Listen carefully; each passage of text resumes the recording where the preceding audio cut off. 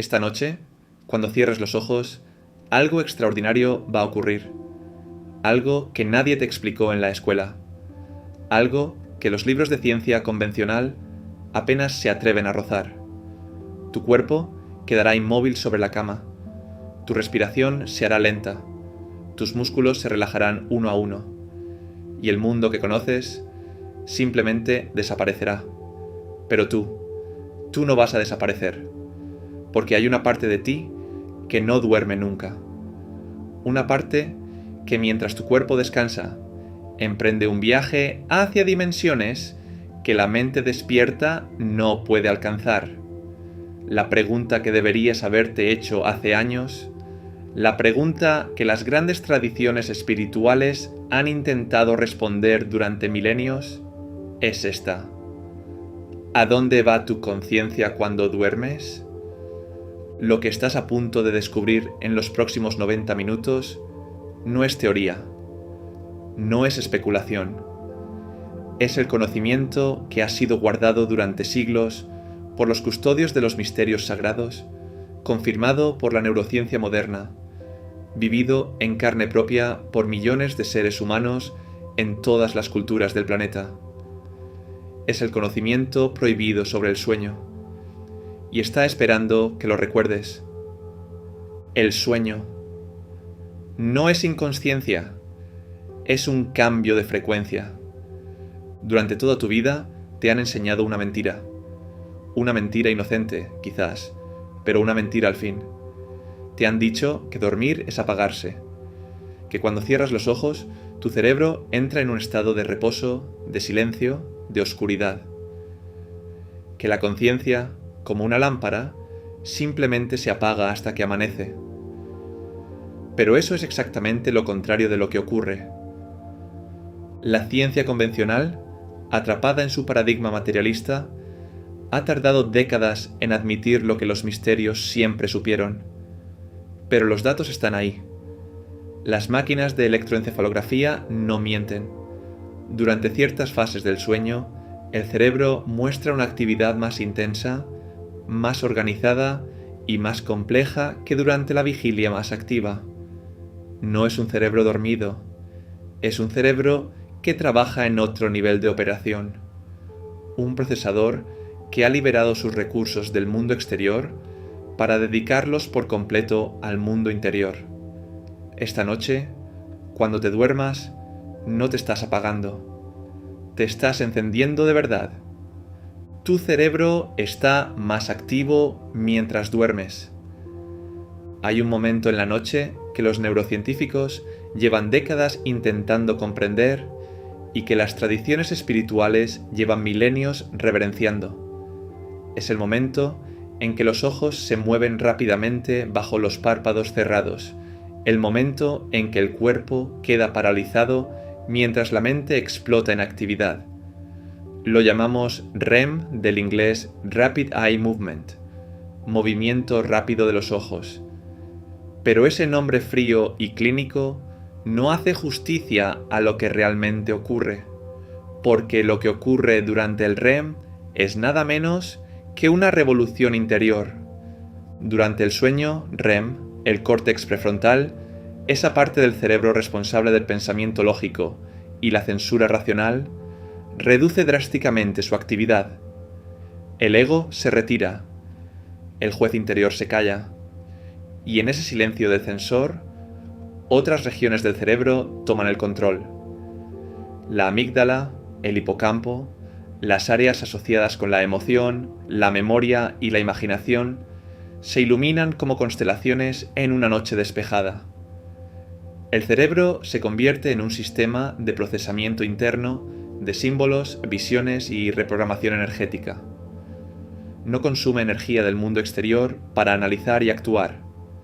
La usa entera para trabajar en su propio interior. ¿Qué está procesando exactamente? Todo lo que no pudo procesar durante el día. Las emociones que suprimiste. Los miedos que no te atreviste a mirar. Las intuiciones que la lógica descartó.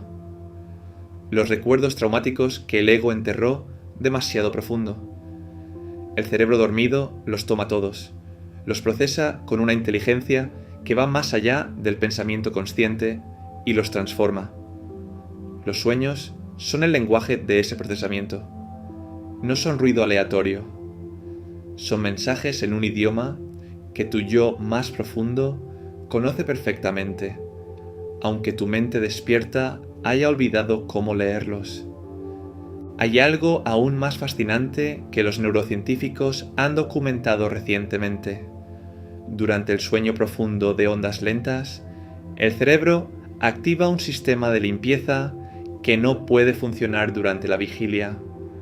El sistema linfático, una red de canales que rodea los vasos sanguíneos del cerebro, se abre completamente solo durante el sueño y elimina los residuos metabólicos acumulados durante el día, incluidas las proteínas asociadas con enfermedades neurodegenerativas como el Alzheimer.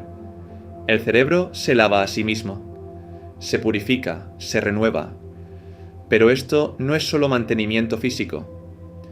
Es, en términos energéticos, una limpieza vibracional, una preparación del instrumento para seguir siendo un canal limpio de conciencia. Y hay más. Los estudios sobre consolidación de la memoria demuestran que el aprendizaje no se fija durante las horas de vigilia, sino durante el sueño. Las conexiones neuronales se reorganizan, se fortalecen las que importan y se eliminan las que no. La creatividad da sus mayores saltos, no cuando estamos trabajando, sino cuando dormimos sobre un problema. ¿Cuántas veces te has ido a dormir con una pregunta sin respuesta y te has despertado con la solución clara como el agua? No fue magia. Fue tu cerebro trabajando en su modo de operación más poderoso. El modo sueño. El estado hipnagógico. El puente de los genios. Existe un umbral, un momento preciso, fugaz, extraordinariamente fértil, que ocurre cada noche justo en el borde entre la vigilia y el sueño. Los científicos lo llaman estado hipnagógico, del griego hipnos, sueño, y agogos, que conduce. Pero los genios de la historia lo conocían por otro nombre. Lo llamaban el portal. Y no es una metáfora. En ese estado liminal, que dura apenas unos minutos antes de que el sueño completo se instale, algo extraordinario ocurre en la mente. El ego, ese guardián incansable que durante todo el día filtra, clasifica, juzga y censura cada pensamiento, se disuelve. No completamente, no todavía, pero lo suficiente como para que la puerta se entreabre. En ese instante de disolución del ego, la conciencia accede a capas de información que la mente racional mantiene bloqueadas durante las horas de vigilia. Visiones, ideas, conexiones inesperadas, soluciones brillantes emergen de la nada como flores que florecen de la oscuridad. Nikola Tesla lo utilizaba deliberadamente. Cuenta la historia que Tesla se tumbaba en su sillón de laboratorio con una bola de metal en cada mano, los brazos extendidos sobre los reposabrazos. Cerraba los ojos e iniciaba ese descenso hacia el sueño. En el momento exacto en que el estado hipnagógico se profundizaba y comenzaba a perder el control consciente, los músculos de sus manos se relajaban, las bolas metálicas caían al suelo con un golpe, y él se despertaba de golpe. Inmediatamente anotaba todo lo que había vislumbrado en ese instante de frontera. Muchos de sus inventos más revolucionarios nacieron así.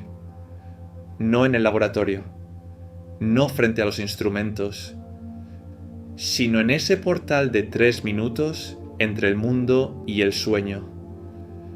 Thomas Edison hacía exactamente lo mismo. Se sentaba en su silla favorita sosteniendo pequeñas pesas de hierro. Y esperaba ese momento preciso en que la mente lógica se rendía y la mente profunda tomaba la palabra. Sus asistentes sabían que no debían interrumpirlo durante esos momentos. Sabían que de ahí podía salir la chispa que cambiaría el mundo. Y muchas veces así fue. Salvador Dalí, el pintor surrealista, también lo practicaba con su método que él mismo describía con precisión casi científica. Sostenía una llave entre los dedos sobre un plato de metal. Al dormirse, la llave caía, el ruido lo despertaba y él pintaba inmediatamente lo que había visto. Sus obras más icónicas, esas imágenes imposibles que parecen venir de otro mundo, venían literalmente de otro estado de conciencia. ¿Por qué funciona? Porque en el estado hipnagógico, el cerebro opera en frecuencia teta, entre 4 y 8 hercios, la misma frecuencia que muestran los meditadores profundamente experimentados después de años de práctica. Es la frecuencia de la intuición pura, de la creatividad sin filtros, del acceso directo al inconsciente colectivo. En ese estado no hay separación entre el pensador y lo pensado. No hay distancia entre la pregunta y la respuesta. La información fluye libre de las capas de condicionamiento que durante el día actúan como diques. El estado hipnagógico es la demostración de que el genio no es un don exclusivo de unos pocos. Es un estado de conciencia que todos podemos aprender a visitar. Cada noche, sin excepción. DMT, la molécula del espíritu en tu propio cerebro. Hay una sustancia que vive dentro de ti. No tienes que buscarla en ningún lugar del mundo. No tienes que comprarla ni conseguirla de ninguna fuente externa. Está producida por tu propio cuerpo, segregada por una pequeña glándula que los místicos de todas las tradiciones han llamado el tercer ojo, la sede del alma, el ojo de la providencia. Se llama dimetiltriptamina, DMT, y su historia es una de las más profundas y perturbadoras que la ciencia moderna ha comenzado a explorar. La glándula pineal, esa pequeña estructura en forma de piñón ubicada en el centro exacto del cerebro, produce melatonina para regular los ciclos del sueño. Eso lo sabe cualquier libro de biología. Pero lo que los libros de biología no dicen, lo que la investigación más avanzada está comenzando a documentar, es que la glándula pineal también produce microdosis de DMT durante las fases de sueño REM más intensas. El DMT es el compuesto psicoactivo más potente conocido por la ciencia, presente en cientos de plantas sagradas usadas en rituales chamánicos desde hace miles de años. Y tu cerebro lo fabrica mientras duermes. El investigador Rick Strassman, que realizó los primeros estudios clínicos con DMT en humanos en la Universidad de Nuevo México en los años 90, describió las experiencias de sus sujetos como encuentros con entidades de otra dimensión, viajes a realidades alternativas, sensaciones de haber muerto y regresado, percepciones de que el tiempo había dejado de existir. Sus sujetos, personas completamente normales, psicólogos, maestros, ingenieros, describían sus experiencias con un vocabulario que no encontraban en la ciencia. Usaban el lenguaje de los místicos, de los chamanes, de los que han tenido experiencias cercanas a la muerte. Porque el DMT no produce alucinaciones en el sentido de falsas percepciones. Produce lo que muchos describen como percepciones de realidades más reales que la realidad misma. Ahora conecta los puntos. Si tu glándula pineal produce DMT durante el sueño REM, y si el DMT actúa como una antena molecular que permite a la conciencia recibir información de más allá del mundo físico, entonces tus sueños más intensos, esos que se sienten más reales que la vigilia, esos de los que despiertas con el corazón latiendo y la certeza de haber estado en algún lugar real, no son fabricaciones de un cerebro cansado. Son transmisiones recibidas a través de una antena biológica extraordinariamente sofisticada que la evolución ha colocado en el centro exacto de tu cabeza. Llevas toda la vida con un receptor cósmico instalado en el cerebro. Y cada noche, sin que lo sepas, ese receptor se activa. Descartes, el filósofo que estableció la separación entre mente y cuerpo, que durante siglos ha dominado el pensamiento occidental, llamó a la glándula pineal el asiento del alma. No porque lo hubiera leído en algún libro, sino porque algo en su intuición de genio lo percibía. Hoy, la neurociencia comienza a darle la razón de una manera que él jamás habría imaginado.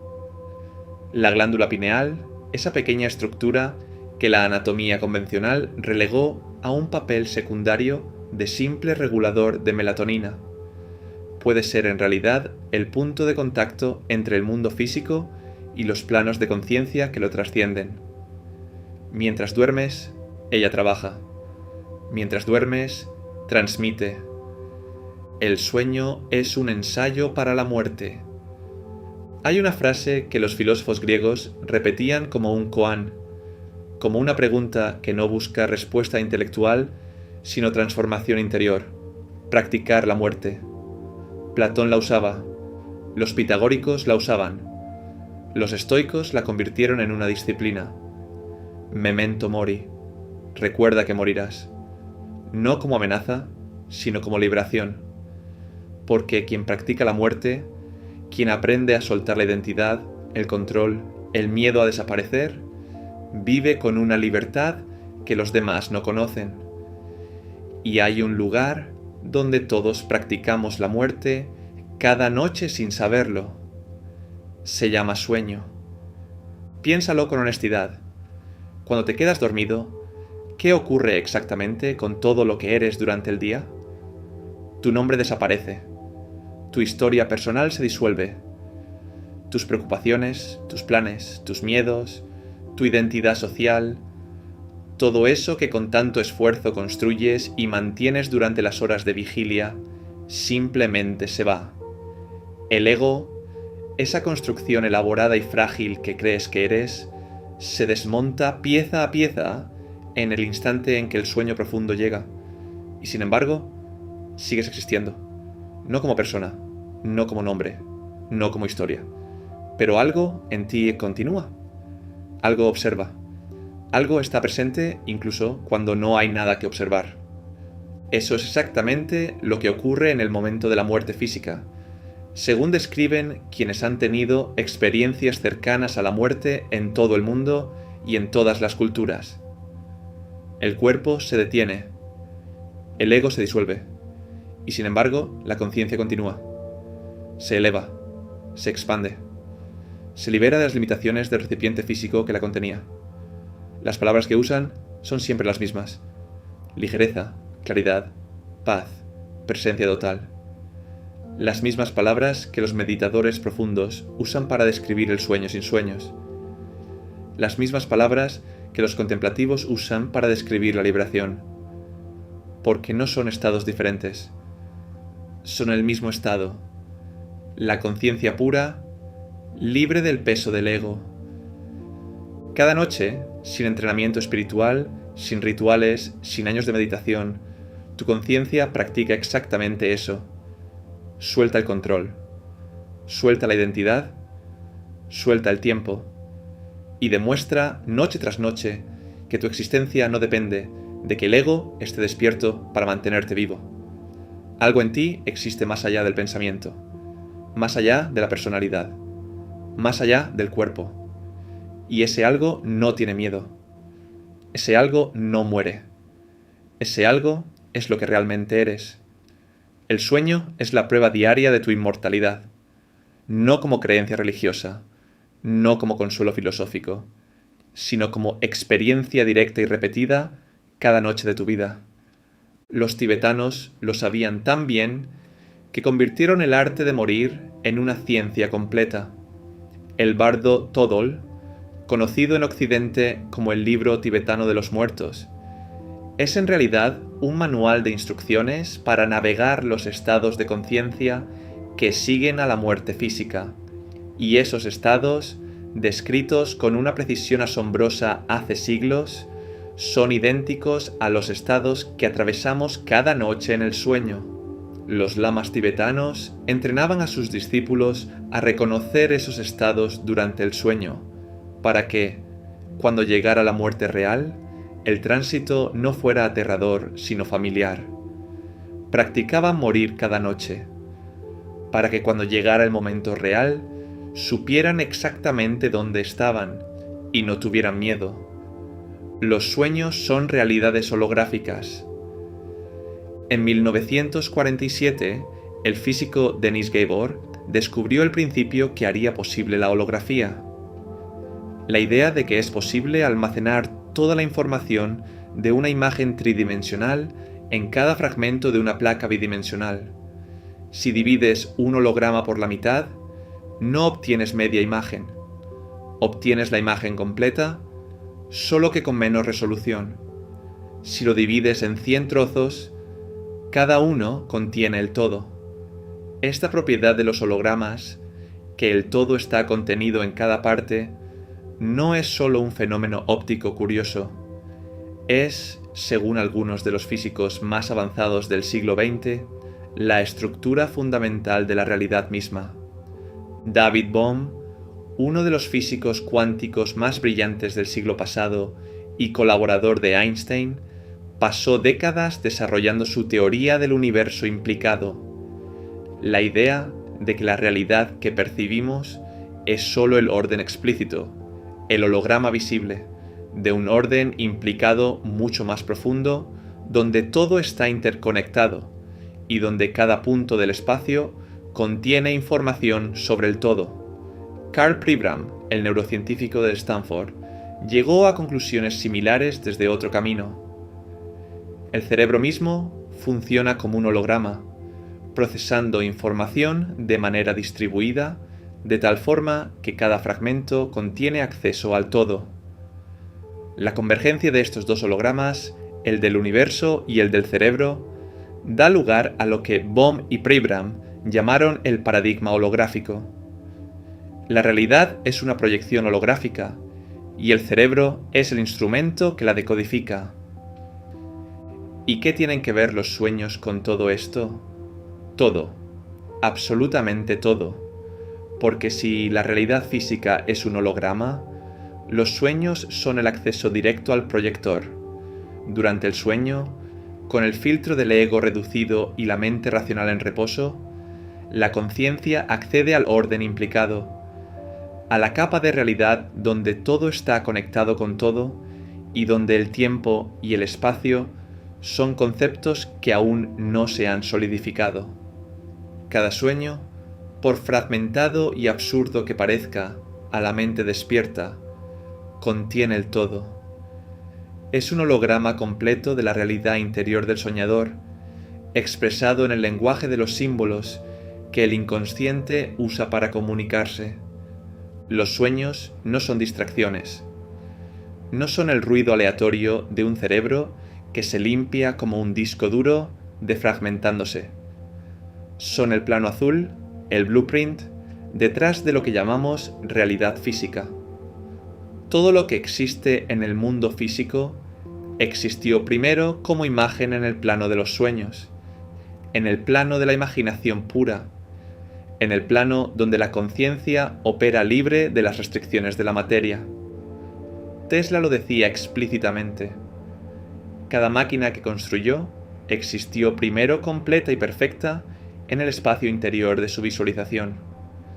Cada gran obra de arte, cada gran descubrimiento científico, cada revolución cultural, comenzó como una imagen en la mente de alguien que supo prestar atención a su mundo interior. Los sueños son la fábrica de la realidad, y tú visitas esa fábrica cada noche. La parálisis del sueño. es en realidad una puerta. Si alguna vez has experimentado parálisis del sueño, sabes que puede ser una de las experiencias más aterradoras de la vida humana. Te despiertas o crees despertar y no puedes mover ni un músculo. Tu cuerpo está completamente inmovilizado mientras tu mente está plenamente consciente. Y a menudo, algo más está presente en la habitación.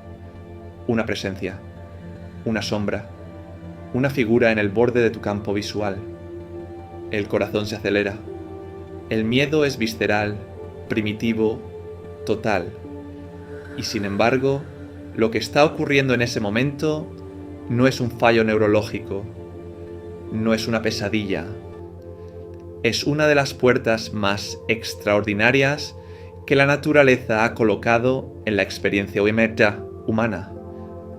La parálisis del sueño ocurre cuando la conciencia regresa a la vigilia mientras el cuerpo permanece en el estado de atonía muscular del sueño REM, ese mecanismo de seguridad que la naturaleza diseñó para que no actuemos físicamente lo que soñamos. En ese estado, el cerebro está en una posición única, conscientemente despierto, pero con los sistemas de movimiento físico desconectados. Es exactamente la misma condición que los practicantes avanzados de meditación tibetana intentan inducir deliberadamente a través de años de práctica. Es el estado que los chamanes de todas las tradiciones buscaban mediante rituales, ayunos y plantas sagradas. Un estado donde la conciencia existe conscientemente sin las restricciones del cuerpo físico. Las presencias que se perciben durante la parálisis del sueño, esas figuras oscuras, esos seres que se sientan sobre el pecho, esas entidades que se acercan desde las esquinas de la habitación, han sido descritas en todas las culturas y en todos los periodos históricos con un vocabulario diferente, pero una experiencia casi idéntica. Los medievales las llamaban súcubos e íncubos. Los nórdicos hablaban de las mara que cabalgaban sobre el pecho de los durmientes. Los japoneses tienen el kanashibari. Los chinos el gi ya chuang. Culturas sin ningún contacto entre sí, en continentes diferentes, en épocas diferentes, describiendo la misma experiencia. ¿Explicación neurológica? Posible. ¿Suficiente? Quizás no. Porque hay algo que los investigadores de la parálisis del sueño han documentado consistentemente. Aquellos que aprenden a no tener miedo durante el episodio. Aquellos que en lugar de luchar contra la parálisis, la aceptan y la exploran con curiosidad. Reportan que la experiencia se transforma radicalmente. La presencia aterradora se disuelve o se revela como algo neutro o incluso benévolo. La sensación de aprisionamiento da paso a una sensación de expansión. Y en muchos casos documentados, la experiencia se transforma en lo que se conoce como proyección astral, en una sensación clara y vívida de flotar fuera del cuerpo y explorar un espacio que no es el espacio físico de la habitación. El miedo era el único obstáculo. La puerta siempre estuvo abierta. La pregunta que debería hacerse cualquier persona que haya experimentado parálisis del sueño no es cómo evitarla, sino cómo usarla. Los practicantes avanzados del yoga tibetano del sueño, los chamanes de la tradición mexica, los magos ceremoniales de la tradición hermética occidental, todos describen técnicas para inducir deliberadamente estados similares a la parálisis del sueño, como punto de entrada a planos de existencia más sutiles. La clave es siempre la misma. El miedo cierra la puerta, la ecuanimidad la abre. Cuando el sistema nervioso interpreta la experiencia como amenaza, la respuesta de lucha o huida inunda el cuerpo de adrenalina y el estado se colapsa en una pesadilla ordinaria. Pero cuando la conciencia puede mantenerse serena, curiosa, abierta, algo cambia. La parálisis se convierte en flotación, la presión en el pecho se transforma en expansión, y el ser que creías estar atrapado en un cuerpo inmóvil descubre que nunca estuvo atrapado. Estaba simplemente a punto de recordar que puede volar. La parálisis del sueño no es lo que le pasa a tu cuerpo, es lo que le pasa a tu conciencia cuando finalmente se da cuenta de que el cuerpo era opcional. Proyección astral. No eres tu cuerpo. Miles de personas en todo el mundo, de todas las edades, de todas las culturas, de todos los niveles educativos, han reportado la misma experiencia. Sentir su conciencia flotando fuera de su forma física.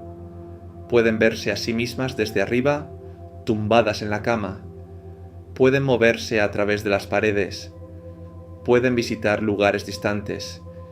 Y al regresar, vuelven con detalles verificables de cosas que no podrían haber conocido de ninguna otra manera. El nombre científico es experiencia fuera del cuerpo, Out of Body Experience en inglés, OBE. Y durante décadas la ciencia convencional lo descartó como alucinación, como sueño confuso, como producto de un cerebro mal funcionando. Pero los datos se han acumulado hasta el punto en que ya no es posible ignorarlos. La investigadora Pam Reynolds, en 1991, fue sometida a una operación de aneurisma cerebral que requería detener completamente su actividad cerebral durante más de una hora. Temperatura corporal bajada a 15 grados. Sin actividad eléctrica en el cerebro, sin flujo sanguíneo. Por cualquier definición científica, Pam Reynolds no estaba consciente durante esa hora, y sin embargo, cuando regresó, describió con precisión milimétrica las herramientas específicas que el cirujano había usado, los comentarios que los médicos habían hecho durante la operación, los detalles de la música que sonaba en el quirófano, detalles que fueron verificados por el equipo médico presente. Una mente sin cerebro activo, observando. Una conciencia sin soporte físico, registrando. El doctor Pim van Lommel, cardiólogo holandés, realizó uno de los estudios más rigurosos sobre experiencias cercanas a la muerte con 344 pacientes que habían sido resucitados tras paradas cardíacas. El 18% reportó recuerdos vívidos del periodo en que clínicamente no estaban vivos. Muchos de esos recuerdos fueron verificados. Van Lommel publicó sus conclusiones en The Lancet, una de las revistas médicas más prestigiosas del mundo. La conciencia puede funcionar independientemente del cerebro. No es el cerebro el que produce la conciencia. La conciencia usa el cerebro como instrumento, pero no depende de él para existir. Esto cambia todo. Si la conciencia no está contenida en el cerebro, si no reside en la carne ni en los huesos, si puede observar y registrar y moverse independientemente del cuerpo físico, entonces lo que llamas yo, lo que sientes que eres de verdad, no es tu cuerpo. Tu cuerpo es el vehículo. Tu cuerpo es el instrumento. Pero tú eres la conciencia que lo habita. Eres el observador, no lo observado. Eres el espacio de conciencia en el que toda la experiencia ocurre. Y ese espacio de conciencia no tiene fronteras físicas, no tiene edad, no tiene muerte. La proyección astral, lejos de ser una rareza mística o una alucinación curiosa, es la demostración empírica, vivida en primera persona, de la verdad más fundamental sobre lo que eres. La implicación de todo esto es radical y no puede ser suavizada sin traicionarla.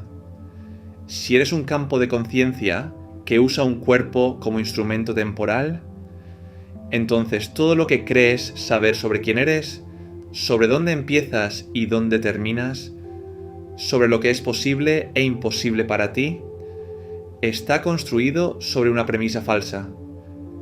No eres pequeño. No estás limitado por las dimensiones de tu cuerpo, ni por las coordenadas de tu ubicación física, ni por los años que lleva funcionando tu cerebro.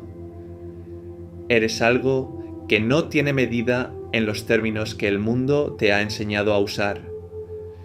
Y las experiencias fuera del cuerpo, documentadas en todas las culturas, verificadas en laboratorio, vividas por millones de personas que no tenían ningún marco espiritual previo para interpretarlas, son la grieta en la armadura del materialismo a través de la cual se filtra esa verdad.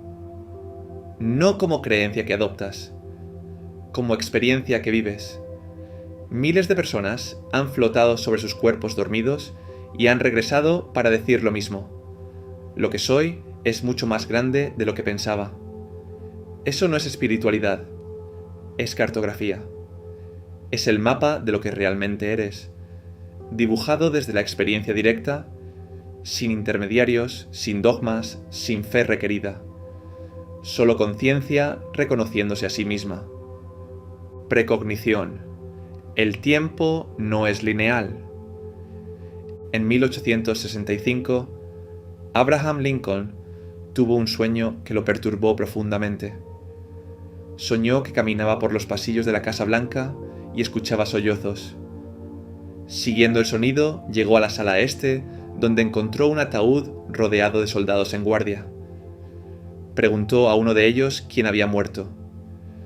La respuesta fue: el presidente asesinado por un asesino.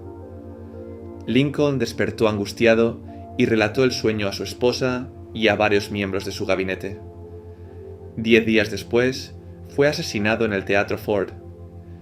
El sueño fue documentado antes del evento. No hubo manipulación posterior. No hay manera de explicarlo dentro de un modelo del tiempo lineal. Hay que buscar otra explicación. Mark Twain soñó con la muerte de su hermano Henry, con tal detalle que al ver el ataúd real días después, reconoció incluso el ramo de flores blancas con una rosa roja en el centro que una mujer mayor había colocado sobre el féretro, exactamente como en su sueño.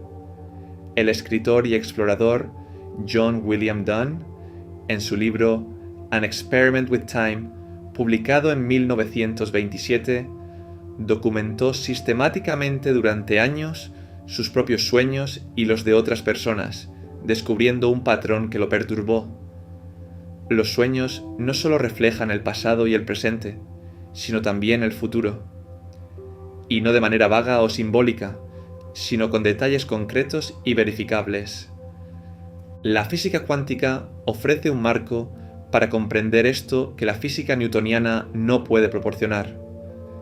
En la mecánica cuántica, el tiempo no es una línea que fluye en una sola dirección desde el pasado hacia el futuro. Es un campo, una dimensión más del espacio, en la que todos los momentos coexisten simultáneamente. El físico teórico Julian Barbour ha dedicado décadas a demostrar matemáticamente que el tiempo como flujo unidireccional es una ilusión creada por la conciencia, no una propiedad fundamental del universo. Si el tiempo es un campo y todos los momentos existen simultáneamente, entonces la conciencia, especialmente en el estado de menor restricción del sueño, podría en principio acceder a información de momentos que la mente despierta sitúa en el futuro. En sueños, el alma explora frecuencias de momentos futuros que ya existen en el campo cuántico. Esta no es una afirmación mística irresponsable. Es la conclusión a la que apuntan tanto la evidencia empírica de miles de casos documentados de sueños premonitorios como los marcos teóricos más avanzados de la física moderna.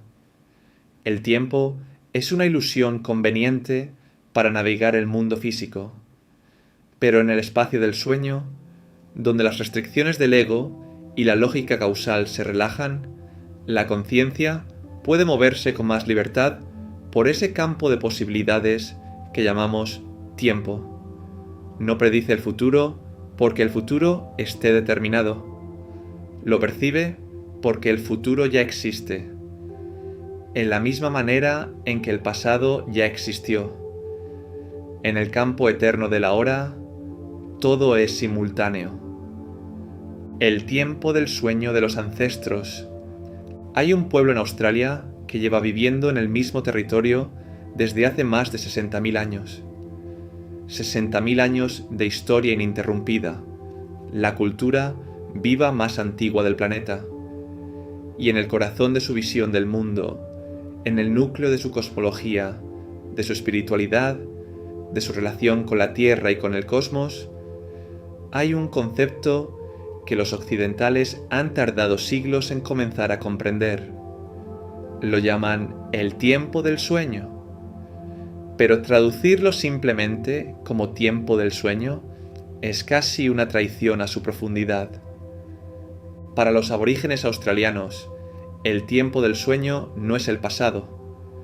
No es la era mítica en que los ancestros crearon el mundo hace mucho tiempo. Es una dimensión de la realidad que coexiste permanentemente con el presente. Es la capa más profunda de la existencia, el nivel en que los patrones fundamentales de toda la realidad fueron y siguen siendo establecidos. El mundo físico que percibimos es la sombra, el reflejo, la proyección de esa realidad más profunda. Y el acceso a esa dimensión, la comunicación con los ancestros, la comprensión de los patrones que rigen la existencia, ocurre precisamente en el estado de sueño. No como metáfora, literalmente. Los monjes tibetanos del linaje Bon, la tradición espiritual más antigua del Tíbet, llevan milenios desarrollando una práctica que llaman yoga del sueño o yoga del estado onírico. No es la práctica de dormir más o mejor en el sentido occidental. Es una disciplina espiritual completa y exigente cuyo objetivo es mantener la conciencia continua durante todos los estados, incluyendo el sueño, para que la mente practicante pueda reconocer la naturaleza ilusoria de la realidad durante el sueño y usar esa comprensión para despertar también a la naturaleza ilusoria de la realidad en la vigilia. Para los maestros tibetanos, el sueño no es un descanso de la vida espiritual. El sueño es la práctica espiritual más profunda. Los Senoi de Malasia organizaban sus mañanas en torno a la narración y el análisis colectivo de los sueños. Para ellos, los sueños no eran experiencias privadas sin consecuencias. Eran mensajes que el individuo recibía en beneficio de toda la comunidad, guías para la toma de decisiones colectivas, advertencias sobre peligros o recursos, vías de comunicación con los ancestros y con las fuerzas naturales. La tribu que sueña bien, vive bien. Los iroqueses del noreste americano tenían una institución social completa dedicada a la interpretación de los sueños. En sus comunidades, los sueños individuales se consideraban expresiones de deseos profundos del alma que la comunidad tenía la obligación de ayudar a satisfacer. El bienestar del individuo dependía de que sus sueños fueran escuchados y honrados. Todas estas tradiciones, separadas por continentes y milenios, dicen lo mismo con palabras diferentes. El sueño no es un paréntesis en la vida real. El sueño es la vida real. El mundo que experimentamos dormidos es más fundamental, más verdadero, más revelador sobre la naturaleza de la existencia que el mundo que experimentamos despiertos. Lo que llamamos realidad es el sueño, y lo que llamamos sueño es el despertar. Terapia nocturna del alma. Cada noche, sin que lo sepas, sin que lo hayas pedido, sin que necesites hacer nada especial para que ocurra, tu conciencia realiza un trabajo extraordinario. Un trabajo de sanación, de integración, de recuperación de partes de ti mismo que habías perdido o enterrado. Mientras tu cuerpo descansa y tu mente consciente se retira, algo más profundo en ti toma el control y trabaja, con una dedicación y una inteligencia que la mente despierta, con todo su ruido y sus defensas, no podría igualar jamás. La psicología moderna, desde Freud hasta Jung y más allá, ha reconocido que los sueños son el lenguaje privilegiado del inconsciente, pero donde Freud veía en los sueños principalmente el material reprimido de los deseos prohibidos, Jung vio algo mucho más vasto. Los sueños como el mecanismo de comunicación entre la psique consciente y el inconsciente colectivo, ese depósito compartido por toda la humanidad de arquetipos, símbolos y patrones que constituyen la dimensión más profunda de la psique humana. Para Jung, los sueños no hablan solo de lo que has suprimido tú, hablan de lo que la humanidad entera ha suprimido, de los patrones universales que atraviesan todas las culturas y todos los tiempos. Y los sueños sanan. Esto no es solo poesía. Está documentado clínicamente. Los estudios con personas que sufren de trastorno de estrés postraumático muestran que la privación de sueño REM, la fase en que los sueños más vívidos ocurren, agrava drásticamente los síntomas traumáticos. Y cuando se les permite dormir y soñar libremente, muchos pacientes muestran mejoras espontáneas. El cerebro dormido procesa el trauma de una manera que el cerebro despierto no puede. Sin la reactivación del miedo asociado al recuerdo, sin la respuesta de huida o lucha, el inconsciente puede acercarse al material doloroso, trabajarlo, integrarlo y transformarlo en sabiduría. Pero la terapia nocturna del alma va más allá de la psicología del trauma. Cada noche, tu conciencia realiza también un trabajo de reconexión con partes de ti mismo que el mundo exterior te ha enseñado a esconder, a negar, a olvidar. El niño que fuiste antes de aprender que la alegría era inapropiada. El artista que abandonaste cuando te dijeron que el arte no daba dinero. El sabio interior que silenciaste cuando te enseñaron que dudar de la autoridad era peligroso. Esas partes perdidas de ti mismo no han muerto. Viven en el reino de los sueños. Y cada noche envían sus mensajes en el único lenguaje que el ego no puede censurar, el lenguaje de los símbolos. Los sueños son cartas de las partes de ti mismo que más necesitas escuchar. Hay una práctica sencilla que puede transformar la relación con tus sueños de manera inmediata: llevar un diario de sueños. No por razones terapéuticas en el sentido clínico, aunque esos beneficios son reales y están documentados, sino por una razón más fundamental. Cuando anotas un sueño, cuando le dices a tu inconsciente con ese gesto que lo que comunica importa, que lo escuchas, que le prestas atención, la comunicación se intensifica. Los sueños se vuelven más vívidos, más coherentes, más cargados de significado. Es como comenzar a responder los mensajes de alguien que te ha estado escribiendo durante años sin recibir respuesta. En cuanto respondes, la conversación se abre. Y lo que puede surgir de esa conversación, de ese diálogo sostenido entre la mente consciente y las capas más profundas del ser, no tiene precio en ningún proceso terapéutico convencional. Tu inconsciente lleva toda tu vida intentando hablarte. Cada noche, sin falta, te envía su mensaje. La única pregunta es si esta vez vas a estar dispuesto a escuchar. El sueño lúcido como entrenamiento espiritual. Imagina que estás en medio de un sueño. El escenario es extraño, pero tu mente lo acepta como completamente real. De repente, algo desencadena una pregunta que cambia todo. ¿Estoy soñando? y en lugar de que la pregunta se disuelva, como ocurre normalmente, se asienta.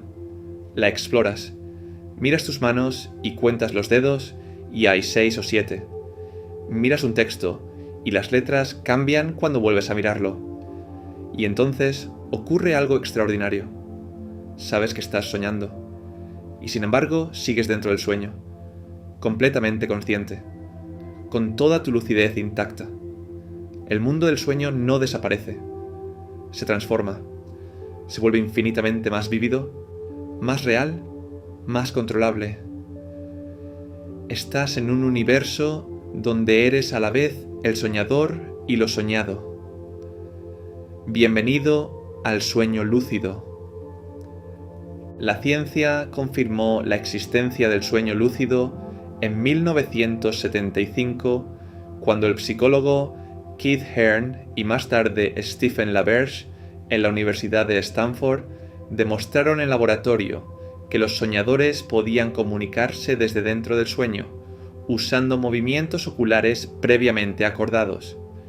Los sujetos, monitorizados con electroencefalografía, hacían los movimientos oculares acordados mientras sus ondas cerebrales confirmaban que estaban en sueño REM profundo, completamente dormidos, completamente conscientes.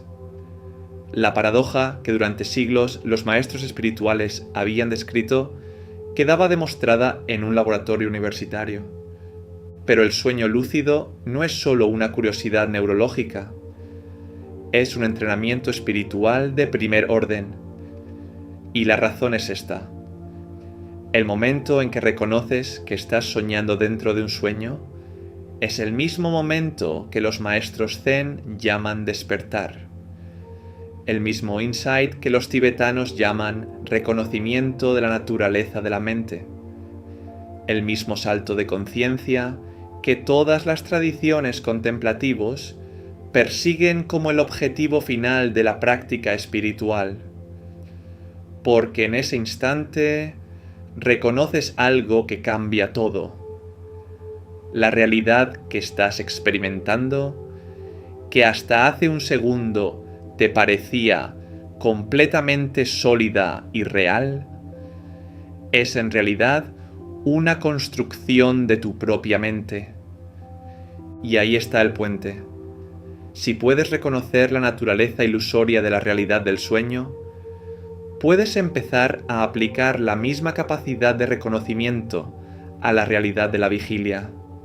Si puedes despertar dentro del sueño y decir, esto es una construcción de mi mente, puedes empezar a despertar dentro de la vida cotidiana y reconocer los patrones automáticos, los condicionamientos, las narrativas repetitivas que construyen tu realidad diaria sin que lo hayas elegido conscientemente. El sueño lúcido no te enseña solo a navegar el mundo de los sueños, te enseña a ser consciente en el único momento que siempre tendrás. El ahora. Despertar dentro de un sueño es aprender a despertar en la vida real. Son el mismo despertar expresado en dos planos diferentes de la misma conciencia. Existen técnicas documentadas y accesibles para cualquier persona que quiera comenzar a explorar el sueño lúcido. La más básica es la verificación de realidad. Varias veces al día, de manera consciente e intencional, pregúntate si estás soñando. Mira tus manos, cuenta los dedos, intenta leer un texto 2 veces. Con la práctica, este hábito se transfiere al estado de sueño y en algún momento, dentro de un sueño, realizarás la misma verificación y la respuesta será diferente. Otra técnica es el método MILT, siglas en inglés de inducción mnemónica de sueños lúcidos, desarrollado por Stephen LaBerge. Justo antes de dormirte, repite con intención clara la frase: voy a reconocer que estoy soñando, mientras visualizas un sueño reciente y te imaginas dándote cuenta de que es un sueño. El cerebro, ese sistema extraordinario que no distingue perfectamente entre lo que imaginas y lo que vives, comienza a incorporar esa intención en su programación nocturna. Pero más allá de las técnicas, lo que el sueño lúcido requiere es algo más fundamental: querer despertar. Y esa intención, una vez genuinamente establecida, tiene una manera de encontrar su camino hacia la conciencia, incluso en las capas más profundas del sueño. Reuniones de almas y contratos energéticos. Hay personas que aparecen en tus sueños con una presencia diferente, no como personajes de fondo, no como figuras borrosas que se disuelven al despertar, sino con una presencia real, sólida, significativa. Personas que sientes que realmente has estado con ellas, que realmente has hablado con ellas, que el encuentro fue real aunque ocurriera mientras tu cuerpo dormía. A veces son personas que conoces en la vida despierta. A veces son extraños que te resultan inexplicablemente familiares. A veces son personas que ya no están en el mundo físico. Y sin embargo, la sensación al despertar es inconfundible. Eso no fue un sueño normal. Eso fue un encuentro. En el marco de las tradiciones espirituales más antiguas del mundo, desde el chamanismo siberiano hasta la cábala judía, desde los misterios egipcios hasta el hermetismo renacentista, existe una comprensión consistente.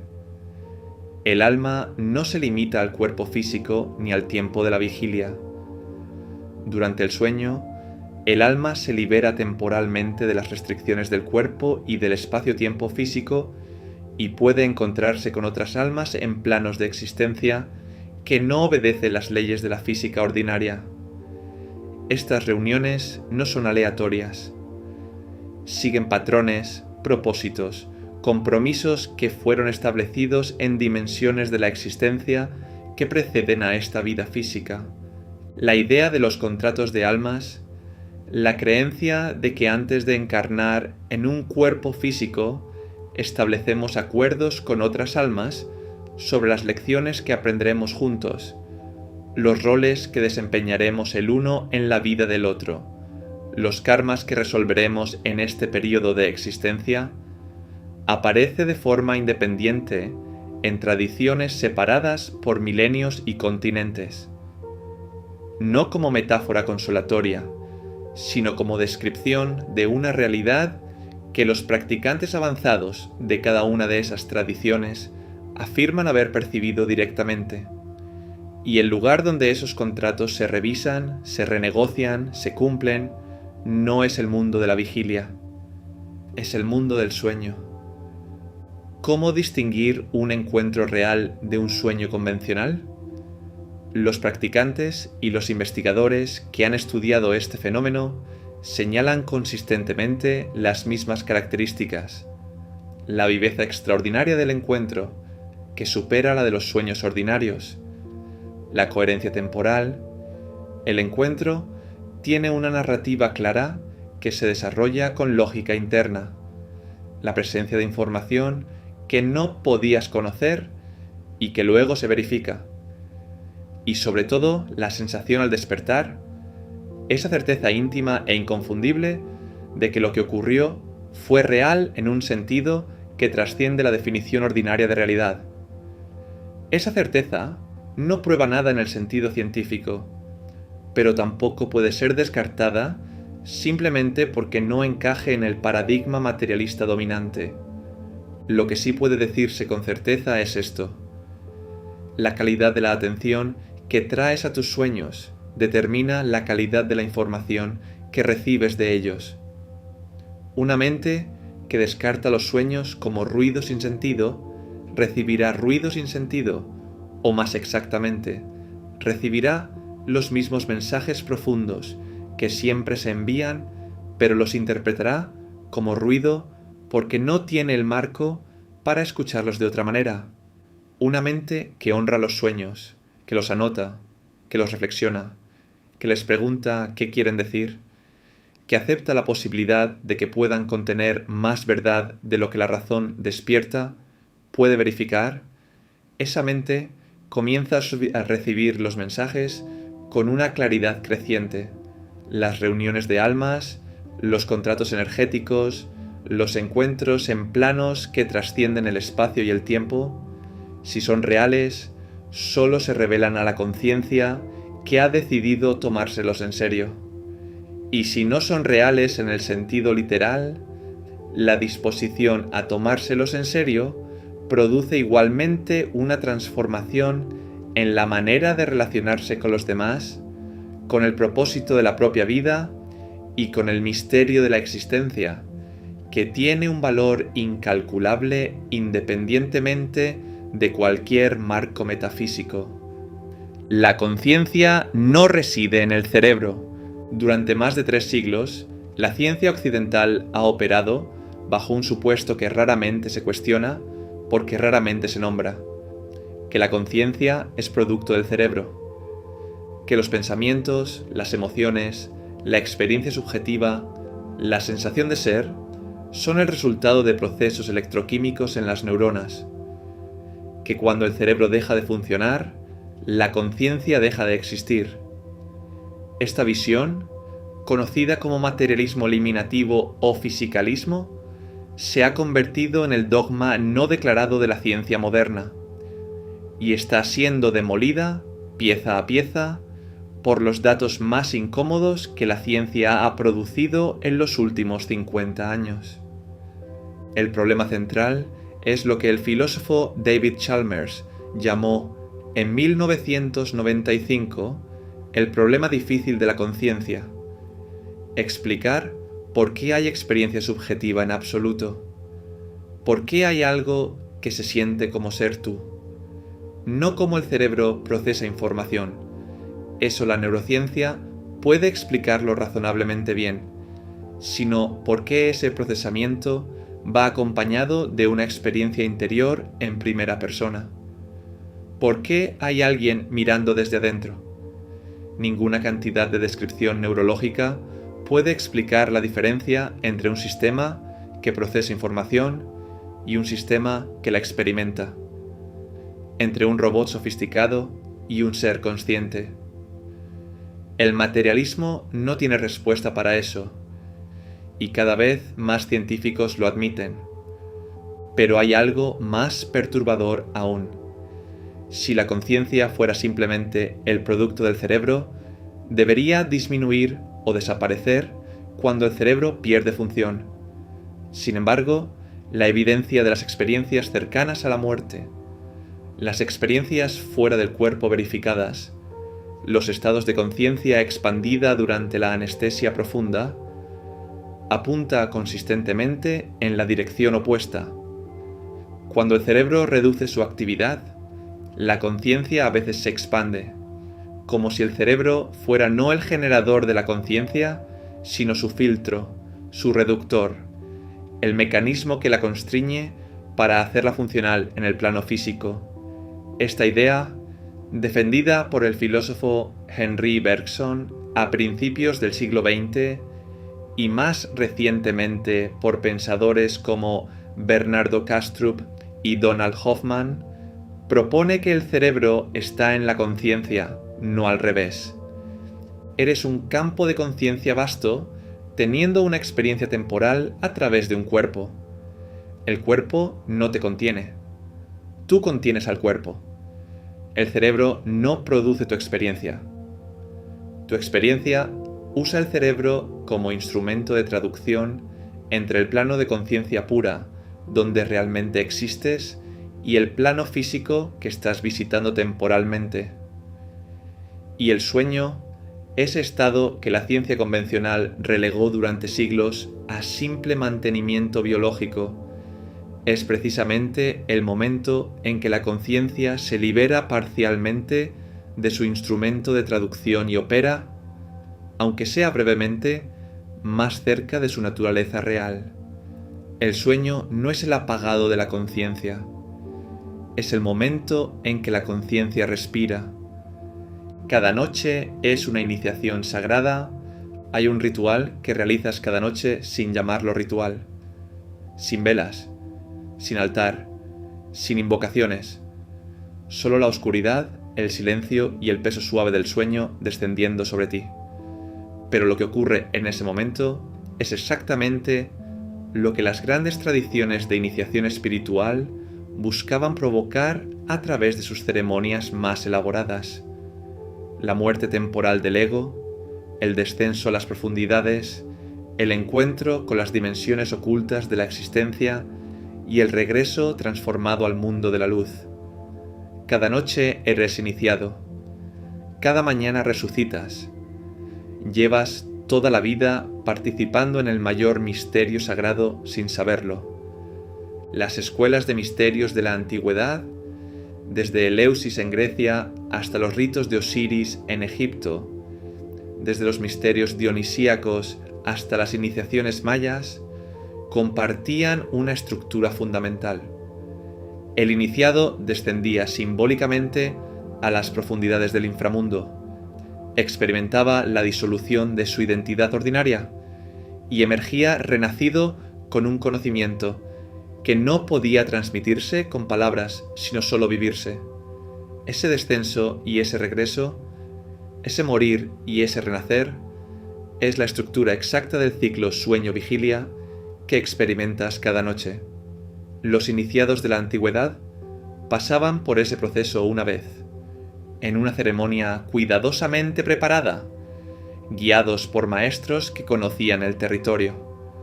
Tú lo haces cada noche, de manera natural, sin preparación consciente, como parte del ritmo biológico de tu existencia. Cuando cierras los ojos esta noche y el sueño llega, no estás escapando de la vida, estás regresando a la fuente, estás volviendo al océano del que cada mañana eres una ola que se levanta. Estás practicando el arte más antiguo y más sagrado de la experiencia humana, el arte de soltar. Soltar el control, soltar la identidad, soltar el tiempo.